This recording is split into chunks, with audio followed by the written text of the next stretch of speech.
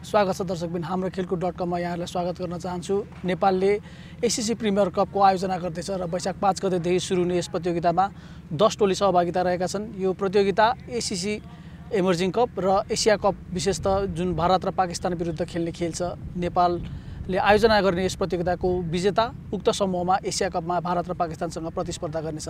नेपाल अहिले उच्च लयमा छ। पछिल्लो पटक हामीले लिग 2 को अन्तिम 12 खेलमा प्रशिक्षक मोन्टी देसाईको आगमनपछि लगातार 11 खेल जित्यौं। बीचमा एक खेल UAE सँग पराजित भए पनि नेपालले तेस्रो स्थानमा रहँदै लिग 2 को तेस्रो स्थानमा रहेर ODI मान्यता मात्र बचाएन, सिधै विश्वकप छनौटमा पनि स्थान बनाएको छ। प्रशिक्षक मोन्टी देसाई नेपाली टोलीलाई लगातार यो TU क्रिकेट मैदानमा प्रशिक्षण गराइरहनु भएको छ र आज हामी उहाँसँग एउटा विशेष अन्तर्वार्तामा जोडिएका छौं। Welcome to interview coach. धन्यवाद। 2 months ago we were on a big problem. There was huge uncertainty about our ODI status. The future looked bleak, but you said that even we don't care about the ODI status, we'll go match by match. And 11 out of 12 wins. Did you think this would have been possible when we were on that day? First of all, I don't take it as a problem, I take it as a challenge. Looking back, obviously it feels great that we were able to bring in that mentality to take one game at a time, and it feels really good for the fact that all the players did dive into their roles, which were very clearly defined for them, and they managed the process well. Their thought process was very good, and they obviously stayed present in those one-ball battles to ensure that we are able to compete in phases to win those games. So yes, in terms of what we wanted to achieve from these 12 games, what we wanted to achieve in terms of defining our deepest identity, we were able to achieve, and it feels very satisfying. You were working with West Indies, who is playing Test Nations, who is playing World Cup regularly. But on a personal note, how big of a challenge was this for you? It was a big challenge. I mean, I was obviously rationalizing everything in my head in terms of will this be a good call, to take up this role. We had CAN management and I had come together even a year before, where I was shortlisted for the interview, and we were talking about the vision, we were talking about the future. And I've said this before as well, that I will give equal credit to CAN management for the fact that they never pressurized me that if it's only ODI status, then only my role will survive. It wasn't that case. So that gave me a little bit of breather. And on a personal note, obviously I was in a challenge of choosing between 2 associate teams. So it was not easy, it was a difficult job. But then some of my good memories from the past, having worked with some of those under-19 boys, having worked with Paras and Gyanu in the past, under Pugudu's leadership, all those were good memories. I had enjoyed my role, even it was in the support staff. And I could see the potential even then from what they could achieve together. It's unfortunate that the delay has been long, but then, now it gives me even more confidence the way we were able to compete in this last 12 games, that it was a good decision in the end, risk well taken. And I'm happy to be on this journey now with them for the next, hopefully, 4 years. 2 years is my contract, but I'm hoping that, the full cycle of this ODI status retained with the other teams, which is also now concluded. There are some good teams coming up in this next Division 2 league for us. I'm excited about the whole journey. In numbers, it was 11 out of 12 wins. But if you had to pick one moment, one turning point that made this journey possible, which one would you take? Very difficult to pick one, to be honest. But, there are stories within stories. You look at, everyone has played a role. You look at the squad, you look at the players who swapped in the squad, everyone played a role. But for today, if I were to just answer you for this, in this interview, one thing, I would say that the last game in the first series, where we were chasing just 213 odd, and we had lost around 7 wickets, I guess, and then to see Rohit and KC Karan to stitch that big partnership, get us through, that definitely made me feel a little more proud. Another point where you felt that we're going to lose this now, but we came back. Well, my mentality is not that. Honestly, I don't get into a game where I start thinking beforehand that we lose a game. I never like to bring in mindset in me or in my dressing room that way. our dressing room. Let me put it that way, because the mentality that we were able to build in this dressing room was not just the players who participated, but also the whole support staff. You know, just the way you asked me that, did you ever feel, you know, did you ever had a doubt? I don't think even our support staff had a doubt anywhere. And then for that, once we chased that highest score, and I was told that it was the highest score chased by us in the very first game against Namibia, I think even if there was any doubts, probably that doubts were clear by then. So we were only battling into those one-ball battles to bring ourselves back. But yes, the Humdinger game, the last Humdinger game, which kept on going up and down, yeah, there were split-second doubts that, you know, will it be the weather, will it be the extra wicket, and it will push us into the DL thing against us and all that stuff. So, I mean, there were some thoughts which came in at that point. I have to be honest, I'm a human being. By the time, you know, when we were in control of the chase and we went into the last phase, the thoughts were erupting in my head as well. That it's okay, you know, I mean, we had a proud journey so far, and if something goes wrong here, I want to ensure that the players don't feel bad about it. But then again, I was able to pull myself back into the process of one-ball battles, even from outside. I want to take you back to the UAE, the second game against UAE. We had lost the first one, and we were in a very precarious situation, 68 or 5, and in came Sandeep. What was the thought process behind that decision, sending Sandeep in? Sandeep with Bheem. Bheem was already batting there. See, look, when you say precarious, again, you know, the whole digging of data, and sometimes the data and the information really helps you. I was able to take some information with Raman, whatever we were able to dig in, and I was glad I also got some support from an external source in India who gave me some data on the Dubai stadium. We could very clearly see that wickets fall there, wickets fall in tandem together. So we were expecting dusting will happen to us. But for that particular day, I think the evidence came from the game before when we lost against UAE. Because Sandeep put up a fight. Sandeep put up a fight with his batting. And he and Casey again looked like last wicket, that the dream history which you had before, you know, the dream run in that 2018, where they both stitched that 50 runs partnership. Looked like they were there for something extraordinary to take place, but that didn't happen. But it gave me a little bit of an evidence, and me and Rohit, we were able to discuss together that, seeing that Sandeep is able to tackle the spinners very well with 5 fingers in the ring, you know, where he's able to score an odd boundary. He's got his own method, where he exposes his stumps and targets certain areas. And in that particular day, we just you know, proactively discussed in the dressing room, and we thought that, you know, we know that what Arif can do for us, but if Sandeep can come through, it would be a risk worth taken. And if it had not come through, a lot of people would have questioned us. There is no doubt about it. But then, you know, we are trying to build this through our thought process. We are trying to build this through our intelligence that we believe that we have. And it was a partnership well done by Rohit and myself, where we were able to take that decision.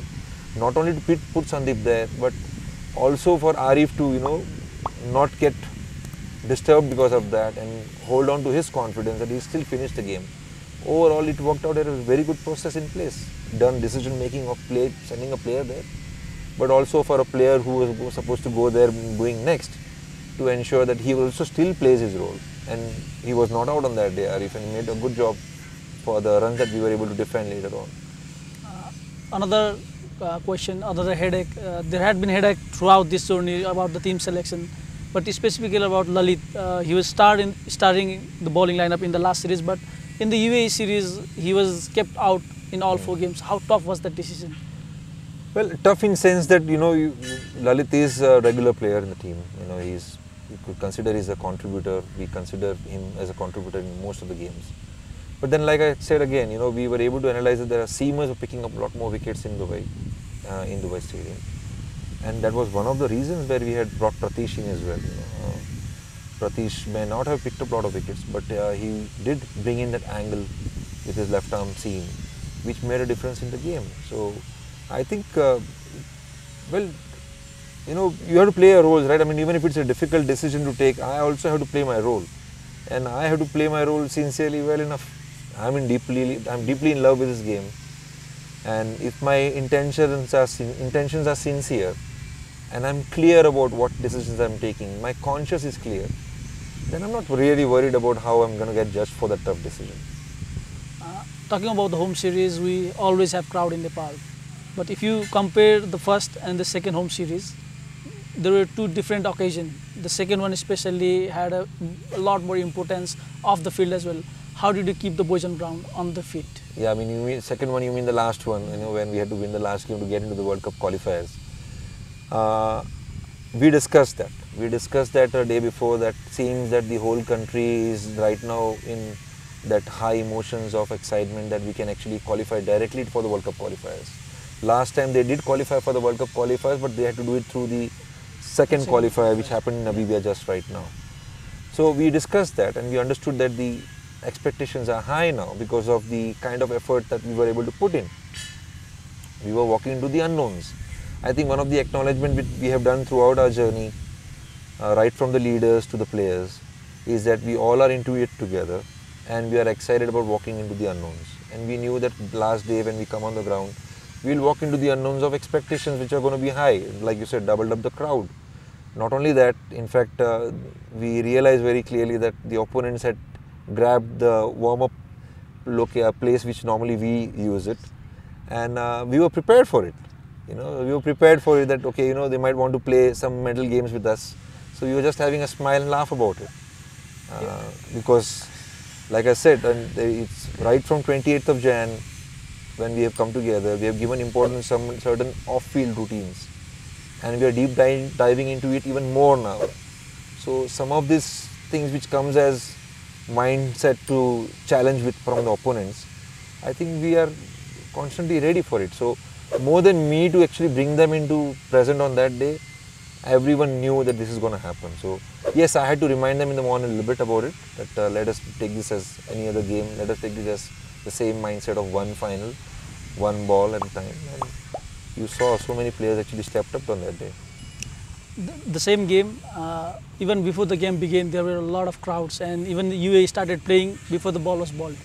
But during the game, there were certain spaces where we thought we lost it, and after the rain, slight drizzles, there were the UAE. They were not playing the game. They were playing off the field, and even we saw you losing it cool in the dressing room with the fourth official and all. I mean, so what was the situation then? Because we never saw you in that situation. I mean, I like to control my emotions. I don't like to you know, get upset about anything. You know, you have to find an objective in whatever you're doing, and at that point I could very clearly see that, you know, it was not serving the right purpose. Right? What I mean by that is, we all have to play the game in right spirits, you know, and the game started at the right time. The game started in the second innings also at the right time. So I just felt that we deserve to, you know, let the game conclude properly. Yeah, I mean, the concerns of the weather and all that played on my mind as well, a little bit, like I said. But again, we were able to keep our minds together. We were trusting Mother Cricket, the Almighty up there, that it will allow the passage of that game to stretch a little longer, and hopefully we'll get ahead in the DL. And that's exactly what happened, because we got one weaker link through Wasim. I mean, I'm sure they also were struggling with some injuries because Junaid didn't bowl his full spell. So for Wasim to come in and bowl that over, I thought this was a time to give the message. So we obviously were passing on message at times, and umpires were upset with us as well. But you know, that is the other area where I feel the rules need to change a little more, because in the right spirit of the game, like any other sport, if it's going to make the game even more interesting in a right way, not that someone else is going and playing out there, but a right message at the right time, so that you stay present to what is required, helps the game to explore in a better way. And that is exactly what happened. You know, we were very clear to Gul that he needs to take chance in this over to his strengths. And credit goes to Gul. I mean, how beautifully he executed those one ball battles out there in that 6 balls, you know, when he got that opportunity. And once we were ahead in the DL, it was all about both of them to just play another over or two, because officially also it was declared that 5:30 is the a closing time. So I was keeping an eye on the watch as well. By the time we reached 5:35, I had to reach out to the fourth umpire to ask him that we had accepted this as part of the rule before the whole series started. So I just want to know what is that you guys are deciding together. And they came together, and I thought, you know, they did well. They came together, the match referee came together with the referees on the field, and they took the right decision. So I'm not surprised by what happened in the end. We were ahead in the DL and we deserved to win. in that specific game, Gyanendra and Pratish, they were not playing, but they were playing more than others. How do you rate their dedication, their commitment in spreading the message inside and outside throughout the game? Massive contribution, massive contribution. I mean, every time who has been on the bench, they all have done the same thing very well. You know, there were times when Lalit was on the bench, he was passing on the message, he was encouraging the players. Same way goes for that particular day to Gyanu, Pratish, and I think Casey. You know, so they all played their role beautifully, and special mentions for Gyanu and Casey, because in one way they are someone who have the torch bearers of Nepal cricket for many years. Undoubtedly. You know, and we had a situation also with the crowd getting upset about the weather or the delay or whatever it was. Emotions were high, like I said. But for them to walk across on the ground and request the crowd not to do that, but you know, they were willing to do that. In fact, Gyanu proposed me, should I go around and request them? I said, it will be great if you can do that. So they went, Rohit went, I think, when he was in. They went across and they tried to calm down the crowd, and we were able to focus on what we wanted to do out there. So these are all great stories. You know, you don't have to always judge the players just by what they do on the ground. I think they contribute a lot more off the field as well. And in that, Gyanu comes on the top. You know, Gyanu has been guiding the players, young players, even with their batting approach.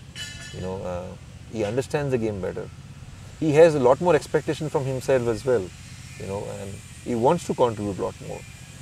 So for him to be in that situation where he's chasing his own dreams, you know, he wants to contribute more for the country. At the same time, to play a role of a brother, an elder brother to others, to guide them, help them, and pass on those messages to the 12th man deep on. Superb role played by him, and I'm very proud of that. Coach, you had very handful of players when you came in, but after the League 2, you've tried to integrate more players in the squad for the Asia Cup. So how do you plan on going forward? Well, the intention is to see a lot more players and just to understand their journeys and their potential. While looking at them, the purpose is to bring them into our environment. You know, the environment which we have been able to build together by the leaders, players, support staff, and the camp management. And if they can benefit something out of it, if they can keep them on course for progressing and ensuring that they learn something out of it, is the most important thing which we want to achieve from this. As far as the squad is concerned, I think we have to be realistic. Fact is that the players who played in the last 3 series have put up a good show. They have done a very good job in terms of their performances. I'll keep certain things open, but at the same time, I need to be very careful about players' career. You know, I believe in stability. I've said this before as well, and this same remains even now. So my approach will be a lot more about stability, and then keep on looking out for the potential players who can be the future of Nepal senior team. After your arrival, we've been winning 8 out of 8 matches in this ground. How confident are you about keeping this track record continuing until late April? Well, see the experiences, right? The experiences of those 8 games with different players stepping up and winning those one-ball battles to winning those games, they have achieved some kind of greatness. And any great team who is on the journey, they repeat that greatness. You know, my urge will be that the players bring in the same mentality, the same mindset, and the same efforts on the ground, so that we are ready and we are prepared to find that greatness within ourselves again and experience that greatness again. I want them to repeat the story that we have been able to do in the past. So hopefully we'll be able to keep our records 100% again. So we're playing the Asia Cup qualifiers, we're playing at the home ground, we're keeping it intact in the Premier Cup, but what's the vision like India, Pakistan? How much does that encourage or let's say motivate us that we are going to play against the big dogs of world cricket? That is a massive motivation for the players. Some of the players have already expressed that you know, all their life they wanted to play against countries like Pakistan, India, Sri Lanka, Bangladesh, you know, who have been around in the cricketing world for so many years. They really want to play against them, feel that experience, get that experience, and see their own worth, because that is exactly where your testimony comes into play against the best sides. But when it comes to the Asia Cup qualifiers, we all are also mindful about the fact that every game is going to be important. Only the winner gets an opportunity to go into the Asia Cup. So every time we have to ensure that we are present to the challenges. Every time we have to ensure that we put the best foot forward. Every time we have to ensure that we execute our roles very sincerely. The result is not in your hand, but the process is. So the process which has helped us so far, if we deep dive into that process again, if we trust our potential, if we trust our role and trust our judgment in those one ball battles to execute the skills which are required to, hopefully we will be able to get on that journey again. We're going into a 4 years journey, I think, which will go much longer. But the backbone behind that, the domestic cricket structure that we are talking about is very weak if you compare with other fellow nations. So have you been in talks or have you had any plans to strengthen that part of this domestic cricket? So there are some conversation which has happened. Like I said, the events are happening side by side, so the attention is also divided, which is natural. We are all human beings. We only have X amount of finite energy every day to execute or put in efforts for whatever his task is given. And same goes over here for the CAN management, for us as coaches or for the players. But yes, long term, like I said, I've had few conversations and I'm very keen that somewhere we are able to draw some domestic structure in place where the opportunities grow even more. You need a longer season, 3 months old, so for me to understand the calendar, I'll have to dig into the past of what has happened in the last few years so that some recommendations can go from me as well. And if we are able to build relationship with the neighboring nations, hopefully we can also get into some invitation tournaments which can add to the opportunities and getting the experience for the players. So did you have any thoughts about the longer formats like 2 or 3 days cricket to start with? Yeah, so I mean, I will open up on certain things like media has blown out of proportion last time when I talked about that one day I'm hoping that we also become full member nation, and that is a desire, then that is a honest hope, a sincere hope that because of the 5 neighboring nations who are full members. But when it comes to Ranji Trophy and all that stuff, we have to get into stepping stone first. So I have been in talks with invitational tournaments which are below Ranji Trophy, one step below Ranji Trophy, but that is a part of preparation for the Ranji Trophy teams in a year to get ready for their fixtures. And I'm hoping that if 1 or 2 of those invitational fixtures we can get into, then those are 2-day formats and 3-day format tournaments where we can gain some experience. So right now we're playing ODI tournaments only, but in near future we'll be playing World Cup qualifiers and T20 World Cup, which was more realistic for us before we went into the ODI World Cup qualifiers. So how have you been planning for the T20 format with the squad and all? Are you planning to get the same core into the T20, or are you trying to get into the specialist T20 players? Too early, but yes, my mind is open towards few specialists for sure, because that's the nature of that game where you need few specialists who come, with that kind of skills which are required, spontaneous reactions on, if it's a batsman, how quickly he can just set himself up for a few boundaries or sixes, those kind of personalities, or bowlers who are a lot more specialists. So 1 or 2 or 3 or 4 kind of an options you need to balance the team, and that is a lot more rational, logical to think that way. I have not been able to put a lot of efforts there yet. I think again, with those things you need a lot more support in terms of a lot more coaches around, a lot more scouts around. A long way to go for all those things to pen down, So we'll take it one step at a time, one day at a time for things like that when it comes as challenge to us later on. Now that we've secured the ODI status for coming 4 years, and if you look at the past years where we have had ODI status, but we couldn't get the fixtures as much as we expected, because we played 49 matches till now, and 36 of those have been the League 2 series. So how much can we expect the bilaterals, or let's say the invitational series in coming days in ODI fixture? Expect means, I also have that expectation that we play a little more. Again, it won't be myself who will be able to execute that. I can only share my plans, my thoughts and desires around it, and then later on it will come down to the relationships we have built around us and get more fixtures. Compared to any full member team, I would say we need to at least have an increment of 20-30% in our yearly volumes of games so that we can match. If you look at any of the associate teams in the past, they were complaining the same, that they get very less exposure. Teams like Ireland, Netherlands, who have been around for a while, Scotland.